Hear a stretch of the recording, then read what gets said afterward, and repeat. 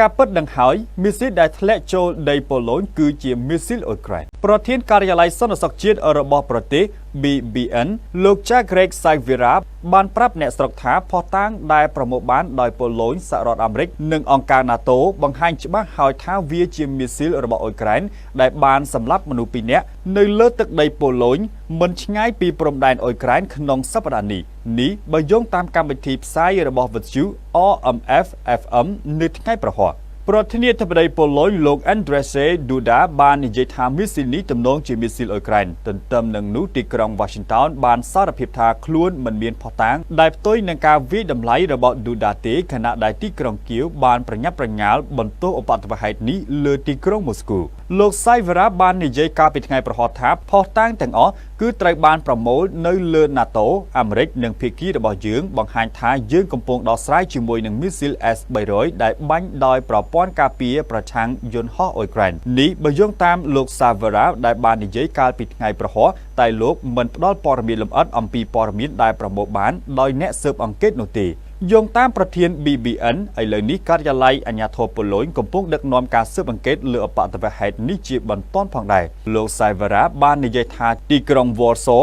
នឹងមិនជំទាស់នឹងអ្នកអង្កេតការរបស់អ៊ុយក្រែនដែលចូលរួមនៅក្នុងការស៊ើបអង្កេតនេះទេដោយបន្ថែមថាជាពិសេសប្រធានាធិបតីប៉ូឡូញមើលមិនឃើញឧបសគ្គសម្រាប់រឿងនេះប្រសិនបើតម្រូវការផ្លូវច្បាប់ទាំងអស់ត្រូវបានបំពេញប៉ូឡូញនិយាយថាមីស៊ីលដែលបានបាញ់ចូលទឹកដីខ្លួននោះគឺជាមីស៊ីលរបស់អ៊ុយក្រែនប៉ូឡូញអង្គការ NATO បាននិយាយថាមីស៊ីលដែលបានបាញ់ទៅលើប្រទេសប៉ូឡូញប្រហែលជាមានការបាញ់ខុសបច្ចេកទេសដោយប្រព័ន្ធការពារដែនអាកាសរបស់អ៊ុយក្រែនដោយមិនមែនជាការវាយប្រហាររបស់រុស្ស៊ីនោះទេគណៈការគំរាមបារម្ភជាសកលថាសង្គ្រាមនៅអ៊ុយក្រែនអាចផ្ទុះឆ្លងព្រំដែនត្រូវបានបន្ធូរបន្ថយនេះបើយោងតាមការជំផ្សាយដោយទីប្រឹក្សាសារព័ត៌មាន AFP នៅថ្ងៃពុធទី16ខែវិច្ឆិកាឆ្នាំ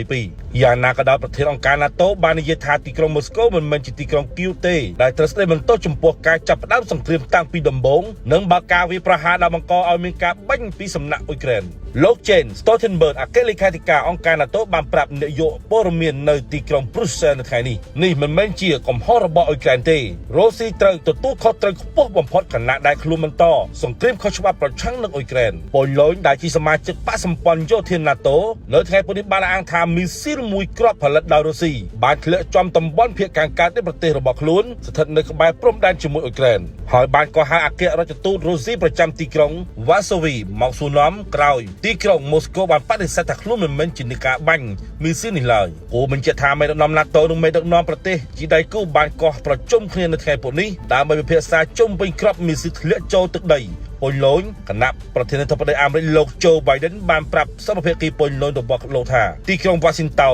មានការបដិញ្ញាចិត្តឥតរីរេចំពោះ NATO ហើយនឹងគាំទ្រការស៊ើបអង្កេតរបស់ប៉ូឡូញបាទទូរទស្សនិកជនជាទីមេត្រីឥឡូវនេះយើងបង្វែរអារម្មណ៍មកតាមដាននៅព័ត៌មានវិវត្តតាក់ទងទៅនឹងបញ្ហាសង្គ្រាមរុស្ស៊ីនិងអ៊ុយក្រែនដែលនៅក្នុង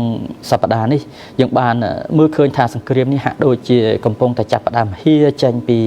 អ៊ុយក្រែនទៅកាន់ប្រទេសជិតខាងពិសេសគឺប្រទេសប៉ូឡូញបន្ទាប់ពីមីស៊ីលមួយគ្រាប់ដែលគេបានដាក់ការសង្ស័យថាជារបស់រុស្ស៊ីនោះបានធ្លាក់ចូលទៅក្នុងទឹកដីប៉ូឡូញនៅក្បែរព្រំដែនអ៊ុយក្រែនដែលបានបង្កឲ្យកើតមានទៅជារឿងចម្រូងចម្រាសជាច្រើនប៉ុន្តែរហូតមកដល់ពេលនេះសូម្បីតែខាងប៉ូឡូញនិងខាងអង្គការ NATO រួមទាំងសហរដ្ឋអាមេរិកផងក៏បានលើកឡើងផងដែរថាមីស៊ីលដែលបានធ្លាក់នោះឲ្យគេសង្ស័យថាជារបស់រុស្ស៊ីនោះគឺមិនមែនជាការបាញ់ដោយផ្ទាល់ចេញពីប្រទេសរុស្ស៊ីមកទេវាគឺជាមីស៊ីលដែលអ៊ុយក្រែនបានបាញ់ដើម្បីបាញ់ស្ទាក់មីស៊ីលរបស់រុស្ស៊ីដែលបានបាញ់ចូលក្នុងទឹកដីអ៊ុយក្រែនតែប៉ុណ្ណោះយ៉ាងណាក៏ដោយគេនៅតែបានមើលឃើញអំពីលទ្ធផលហាក់ដូចជានៅមានភាពខ្វែងគ្នាបន្តិចដោយខាងអ៊ុយក្រែននោះក៏មានការលើកឡើងអំពីរបាយការណ៍ផ្សេងរបស់ខ្លួនផងដែរជារួមថារឿងនេះវាយ៉ាងណាទៅហើយយើងមានការជួបបន្ថែមពីលោកចិនសារីមអ្នកតាមដានព្រឹត្តិការណ៍អន្តរជាតិមួយរូបទៀតរបស់ទូរទស្សន៍ព័ត៌មាន BTV បាទលោកសារីមជារួមតើលទ្ធផលនៃការស៊ើបអង្កេតដែលប្រទេសយើងឃើញថាមានការធ្វើឡើងផ្សេងគ្នារវាងភាគីពាក់ព័ន្ធនោះតើលទ្ធផលជារួមនៅពេលនេះយើងបានមើលឃើញយ៉ាងណាខ្លះដែរបាទលទ្ធផលជារួមនៃការស៊ើបអង្កេតពាក់ព័ន្ធនឹងគ្រាប់មីស៊ីលដែលធ្លាក់នៅក្នុងប្រទេសប៉ូឡូញកាលពីថ្ងៃអង្គារដើមសប្តាហ៍នេះគឺមានការបង្ហាញនឹងខុសគ្នាវានៅតែខុសគ្នាដដែលហើយការបង្ហាញនឹងក៏មិនទាន់ 100% ដែរប៉ុន្តែគ្រាន់តែក្នុងអត្រាខ្ពស់តាមការអះអាងដោយភាគីខាងប៉ូឡូញគឺប្រកាសដោយលោកប្រធានាធិបតី Andrzej Duda តែម្ដង ថាគ្រាប់ដែលធ្លាក់នៅក្នុងប្រទេសប៉ូឡូញហ្នឹងគឺមិនមែនជាគ្រាប់មីស៊ីលរបស់ប្រទេសរុស្ស៊ីទេគឺអាចជាគ្រាប់មីស៊ីលរបស់ខាងប្រទេសអ៊ុយក្រែនដែលបាញ់ស្ទាក់ចាប់មីស៊ីលរបស់ប្រទេសរុស្ស៊ីហ្នឹងក៏វាជ្រុលចូលទៅក្នុងប្រទេសប៉ូឡូញនេះបើតាមការអះអាងរបស់ប្រធានាធិបតីរបស់ប្រទេសប៉ូឡូញចំណែកលោក Jens Stoltenberg ដែលជាប្រមុខអង្គការ NATO ក៏អះអាងប្រហាក់ប្រហែលគ្នានឹងដែរដោយលោកជឿជាក់ក្នុងអត្រាភាគរយខ្ពស់ថាគ្រាប់មីស៊ីលដែលធ្លាក់នៅក្នុងប្រទេសក្នុងប្រទេសប៉ូឡូញកាលពីថ្ងៃអង្គារដើមសប្តាហ៍ហ្នឹងគឺជាស្នាដៃរបស់ខាងកងទ័ពអ៊ុយក្រែនដែលបាញ់ទម្លាក់មីស៊ីលរបស់ប្រទេសរុស្ស៊ីប្រហាក់ប្រហែលគ្នាទៅនឹងការអះអាងរបស់ប្រធានាធិបតីប៉ូឡូញដែរហើយអង្គការ NATO ដោយលោកJens Stoltenberg ហ្នឹងក៏ស្ដីបន្ទោសទៅរុស្ស៊ីដូចតែគ្នាដែរប៉ុន្តែ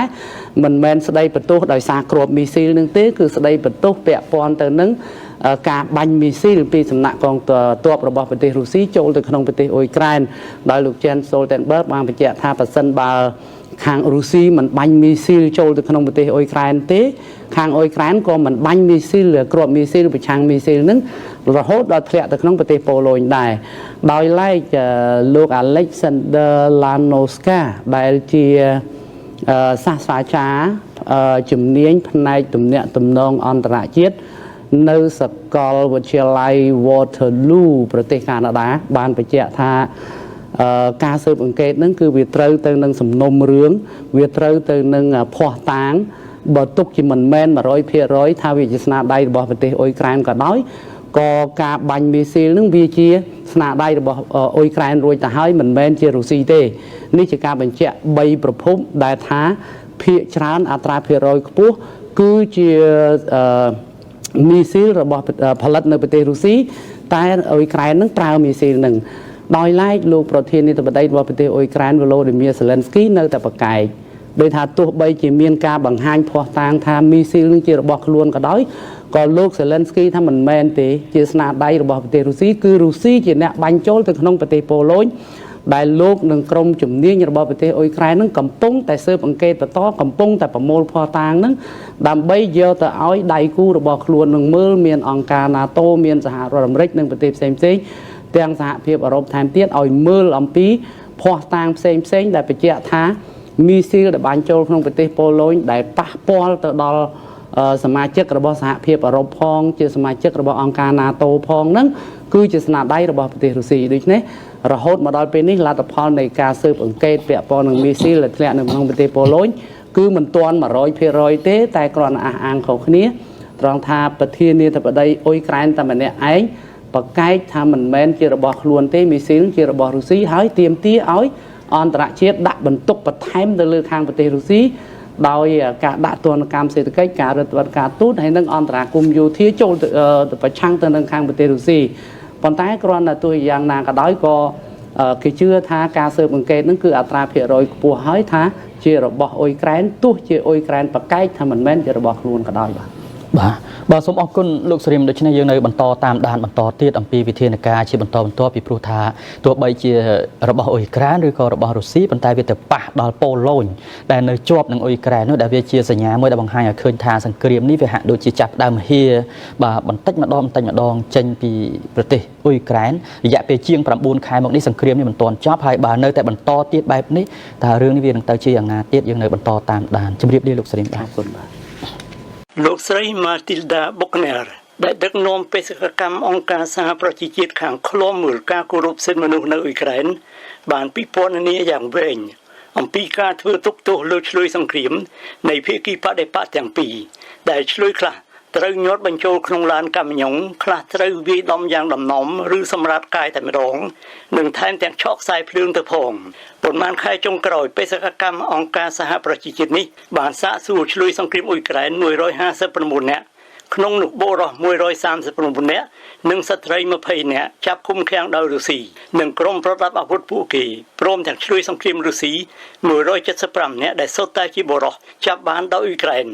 បេសកកម្មនោះបានទទួលលទ្ធភាពដោយគ្មានឧបសគ្គរាំងរាទេចូលទៅកាន់ទីកន្លែងឃុំឃាំងពួកឆ្លើយសង្គ្រាមដែលត្រួតត្រាដោយរដ្ឋាភិបាលអ៊ុយក្រែនប៉ុន្តែអង្គការសហប្រជាជាតិទោះបីបានដាក់សំណូមពរក្តីនៅតែមិនបានទទួលលទ្ធភាពចូលទៅជួបដោយស្ងាត់ពួកឆ្លើយសង្គ្រាមដែលឃុំឃាំងដោយរុស្ស៊ីនិងក្រុមប្រដាប់អាវុធពួកគេ ទោះយ៉ាងណាក្តីបេសកកម្មបានជួបឆ្លើយសង្គ្រាមអ៊ុយក្រែនណាដែលដោះលែងដោយរុស្ស៊ីលោកស្រីបុកណែពន្យល់បំភ្លឺថាឆ្លើយដែលបានជាប់ក្នុងការឃុំឃាំងរុស្ស៊ីតែរងទីរណកម្មជារឿយៗទីហ៊ានសាមញ្ញរងទីរណកម្មមិនសូវតឹងរឹងដោយយោធាឯទៀតបែបយ៉ាងពួកខ្មាន់កំភ្លើងខាងបាញ់ផ្ទក់សត្រូវនិងពួកខ្មាន់កំភ្លើងធំក្នុងចំណោមឆ្លើយនិងក្រុមប្រតិបត្តិអាវុធពួកគេចាប់បានដោយកងកម្លាំងរុស្ស៊ីភាគច្រើនដែលយើងបានសាកសួរបាននិយាយប្រាប់យើងថា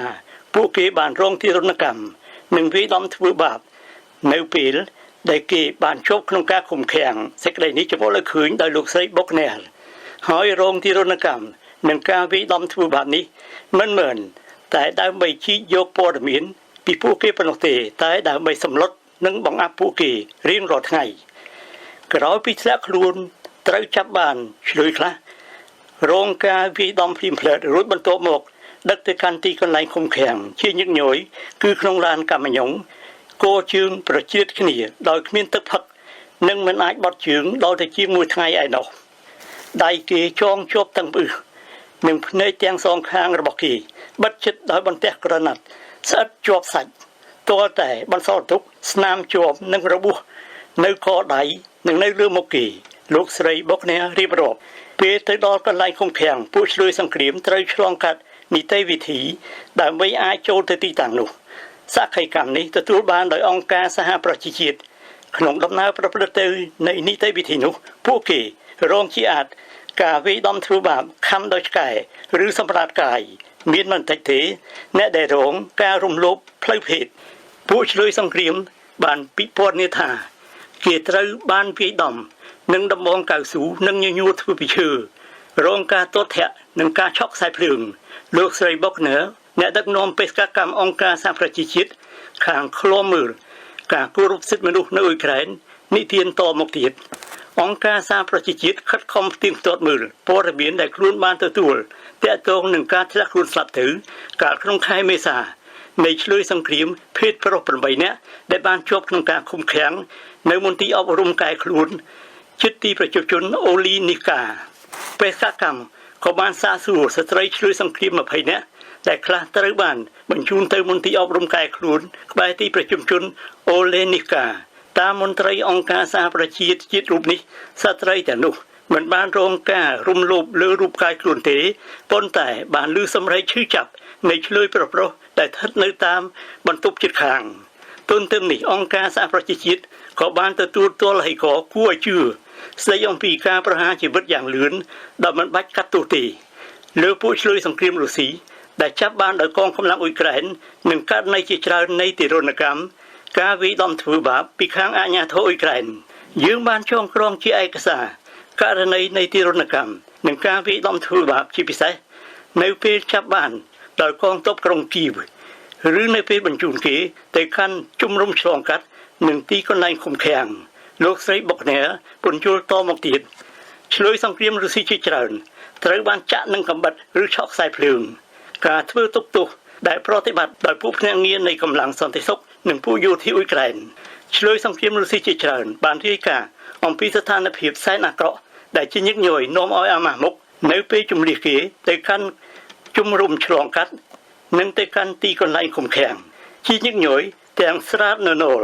ប្រជៀតគ្នាក្នុងឡានកាមីយ៉ុងឬឡានមីនីវ៉ែនដោយដៃទាំងពីរចងជាប់ក្រពាត់ទៅក្រោយខ្នងតែម្ដងលោកស្រីបុកណែលំអិតក្នុងឋានៈជាអ្នកដឹកនាំបេសកកម្មអង្គការសហប្រជាជាតិខាងឃ្លាំមើលការគោរពសិទ្ធិមនុស្សនៅអ៊ុយក្រែនលោកស្រីបានរំលឹកអំពីលក្ខណៈដាច់ខាតនៃបំរាមហាមមិនឲ្យធ្វើទារុណកម្មនិងវាយដំធ្វើបាបឬឆ្លើយសង្គ្រាមបូកទាំងក្នុងដំណើរប្រព្រឹត្តទៅនៃជំលោះដែលប្រើអាវុធកម្លាំងទាហានរុស្ស៊ីកាលពីថ្ងៃប្រហ័សបានបង្កើនការវាយប្រហារដោយមីស៊ីលប្រឆាំងនឹងហេដ្ឋារចនាសម្ព័ន្ធស៊ីវិលនិងរោងចក្រថាមពលនៅក្នុងប្រទេសអ៊ុយក្រែនធ្វើឲ្យមនុស្សរាប់លាននាក់អត់ភ្លើងប្រើប្រាស់សារព័ត៌មាន Independent បានចេញផ្សាយកាលពីព្រឹកថ្ងៃសុក្រទី18ខែវិច្ឆិកាថាលោក Volodymyr Zelensky ប្រធានាធិបតីអ៊ុយក្រែនបានបញ្ជាក់ថាប្រជាជនអ៊ុយក្រែនប្រហែល10លាននាក់មិនមានអគ្គិសនីប្រើប្រាស់ក្រោយពេលមានរលកវាយប្រហារដោយមីស៊ីលពីកម្លាំងទាហានរុស្ស៊ីកាលពីពេលថ្មីនេះរីឯមនុស្សយ៉ាងតិចចំនួន នួន7នាក់បានបាត់បង់ជីវិតហើយចំនួនអ្នកស្លាប់អាចនឹងបន្តកើនឡើងបន្ថែមទៀតលោកប្រធានាធិបតីបានថ្លែងសន្ទរកថាប្រចាំរាត្រីរបស់គាត់ថាយើងនឹងធ្វើអ្វីៗគ្រប់យ៉ាងដើម្បីស្ដារការផ្គត់ផ្គង់អគ្គិសនីវិលមករកភាពប្រក្រតីឡើងវិញកម្លាំងទាហានរុស្ស៊ីកាលពីថ្ងៃប្រហ័សបានវាយប្រហារយ៉ាងខ្លាំងជាថ្មីទៅលើស្ថានីយ៍ថាមពលនិងសំណង់អគារស៊ីវិលពលគឺត្រឹមតែរយៈពេលមិនដល់2ថ្ងៃក្រោយការទម្លាក់គ្រាប់បែបយ៉ាងខ្លាំងបំផុតមួយមន្ត្រីអ៊ុយក្រែនបានអះអាងថារោងចក្រផលិតឧស្ម័នមួយកន្លែងនៅភាគខាងកើតនិងរោងចក្រមីស៊ីលមួយកន្លែងទៀតនៅឌីនីប្រូក៏ស្ថិតក្នុងចំណោមគោលដៅវាយប្រហារផងដែរដោយឡែកការកាប់ផ្តាច់ថាមពលយ៉ាងធ្ងន់ធ្ងរបំផុតភាគច្រើនកើតមាននៅក្នុងរដ្ឋធានីគៀវតំបន់ភាគខាងលិចទីក្រុងវីនីទីក្រុងកំពង់ផែអូដេសានាភាគនិរតីនិងទីក្រុងស៊ូមីនៅភាគឦសានប្រទេសអ៊ុយក្រែន